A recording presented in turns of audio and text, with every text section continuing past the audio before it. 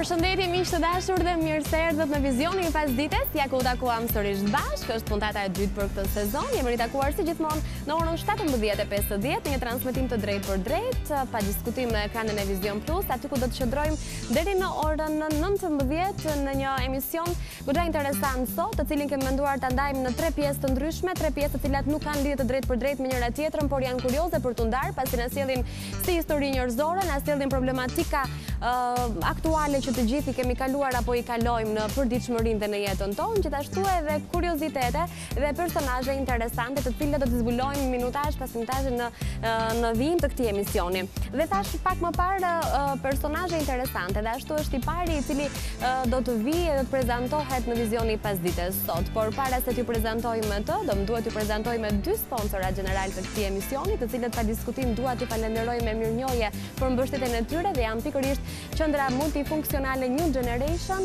dhe laboratori mjekësor Intermedica. Faleminderit për mbështetjen tuaj dhe për më tepër ne do të prezantojmë edhe në puntatat në vijim me gjithçka që dy sponsorat ofrojnë pikërisht në shërbim të publikut, siç jeni ju që po na ndiqni në këto momente.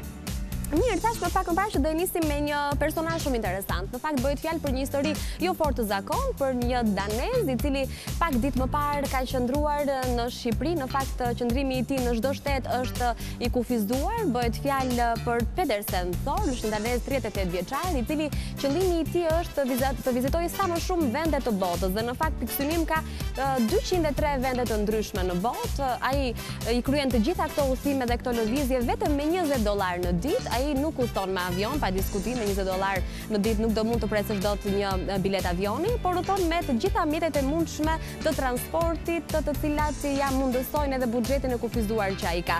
Shqipëria ka qenë vendi 132 që ai ka vizituar. Pse është ndodhur këtu dhe kush është ky aventurier, ne ju prezantojmë me insertin e parë për sot.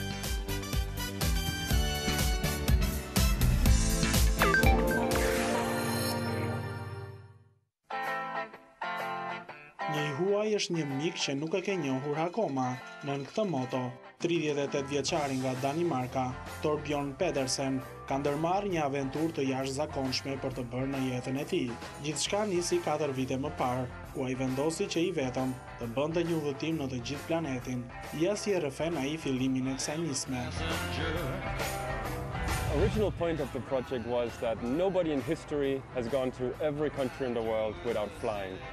So that was the beginning of the project. It's very much about promoting the countries and the cultures and the people in every country in the world. It's about inspiring people, it's about educating people, it's about entertaining people, it's about showing people never to give up and keep fighting and going forward their goals. Përpara se të ndërmerrni këtë mision, e keni diskutuar me miqtë të afërm? Yes, I did. My father was very much against it. My father said I should not do it, I will destroy my life, I will destroy my career. My mother was not very surprised. My mother is a travel guide, so she just said, okay, I also like to travel in the world, have a nice trip. Most of my friends thought I was crazy. Most of my friends have children, they have a car, they have a job, they have a home, they owe a lot of money to the bank, and they thought I should do the same. I should marry my girlfriend, I should have some children, and I should have a normal life like everyone. But I think today it has changed. I think today there's a lot of support from my father, from my mother, from my friends, from my family. I think people really like what I'm doing. Si e pritje fejuar këtë nisëm? Well, she was together with me when I started having the idea. We planned the project over 10 months, so it started very small, and then it developed into being more professional, and then finally I left. So obviously we had to talk at some point, and we were discussing, are we going to stay together or are we going to have separate lives? And we decided we wanted to stay together as long as it makes sense.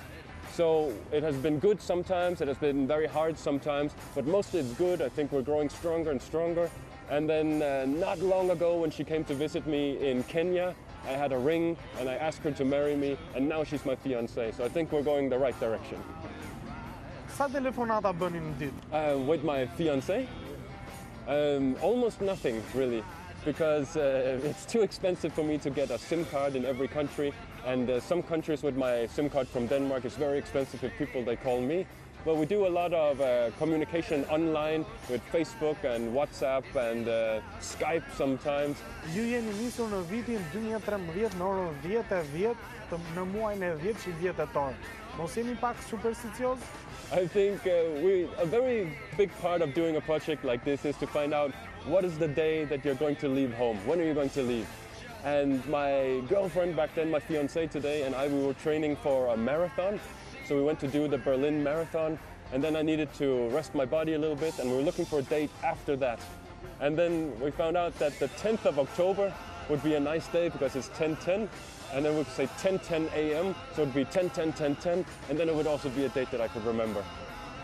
Cili është vendi I parë që vizitove në nismën tënde? I went from Denmark to Germany, from Germany to Netherlands, Netherlands, Belgium, Belgium, Luxembourg, France, and then I continued throughout 37 countries in Europe, over the North Atlantic. I went to North America, Central America, South America, the Caribbean, and then all of Africa. Now I'm back in Europe, and soon I'll be going to the Middle East. Ti ke një buxhet për ai vetëm $20 në ditë për të shpenzuar, përfshirë udhëtim, ushqim, fjetët e tjerë. Është e vështirë për t'ia dalë me vetëm kaq pak para? It's very difficult. It's not so difficult in Albania. Albania is a very good country for my project. It was more difficult in France. It was much more difficult in Italy, where I was not long ago. The budget of $20 per day covers 4 things. So it covers my accommodation, it covers my transportation, it covers my meals, and then my visas. And generally I go with public transportation, I eat locally, I do not need a visa every day, and sometimes I can sleep at people's families, I sleep in dorm rooms, so it is possible to do it, but it's not easy. Me çfarë udhëzon kryesisht, me makinë, bicikletë, në këmbë?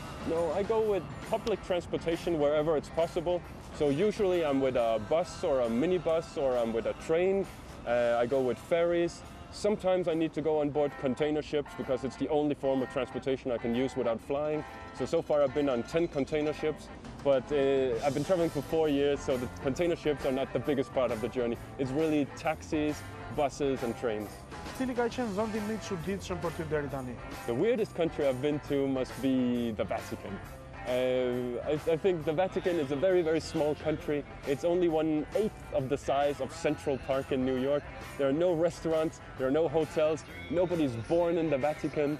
So I'm not talking about the religion. The religion is something else. This I'm not debating. But to call the Vatican a country, I think that's very special.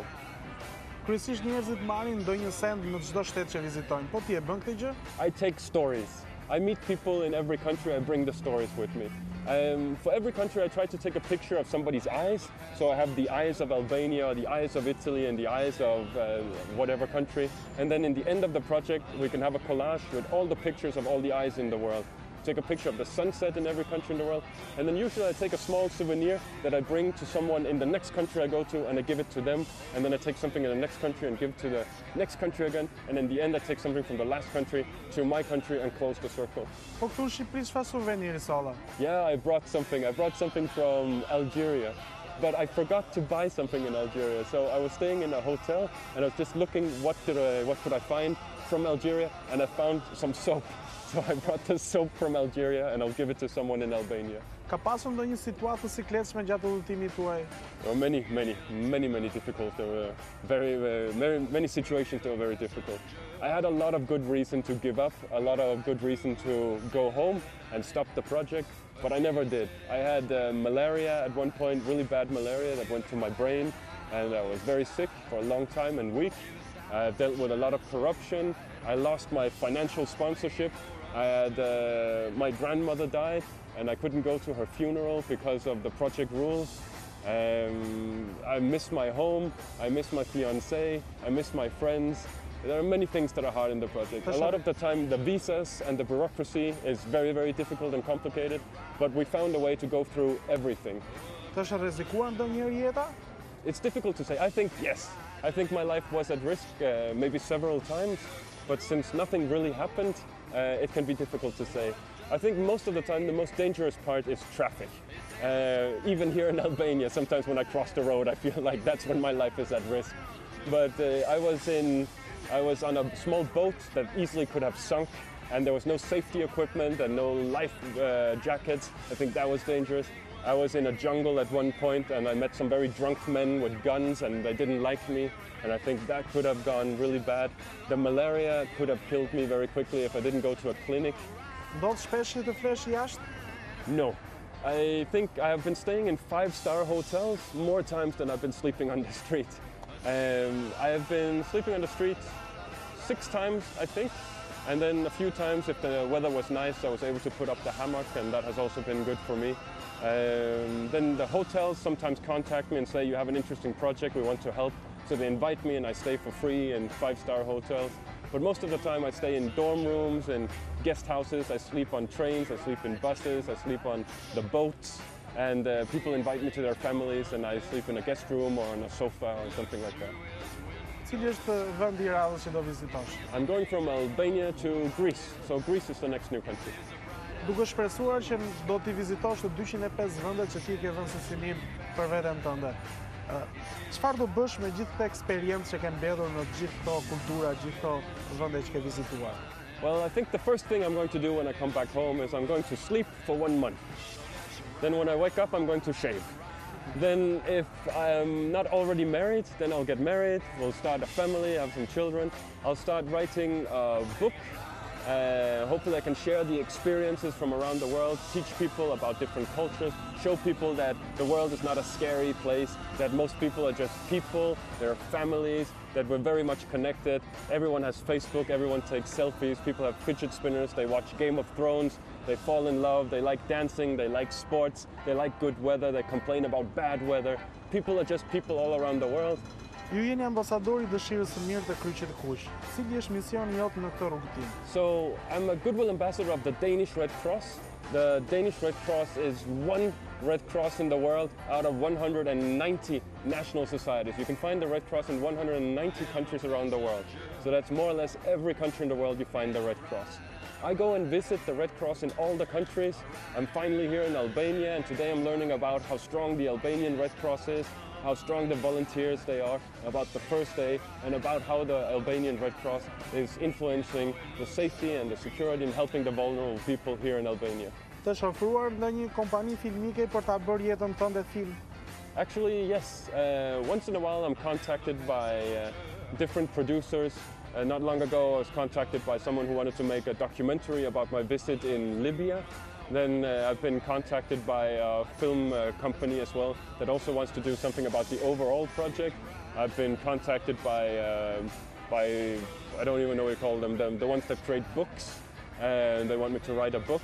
I've been contacted by Red Bull TV at some point, but I argued that the project isn't exciting enough because I'm not jumping out of a helicopter or something like that. Sometimes I'm contacted, and a lot of the time then they disappear and they come back and they disappear. We'll see when I reach the end of the project. Faleminderit.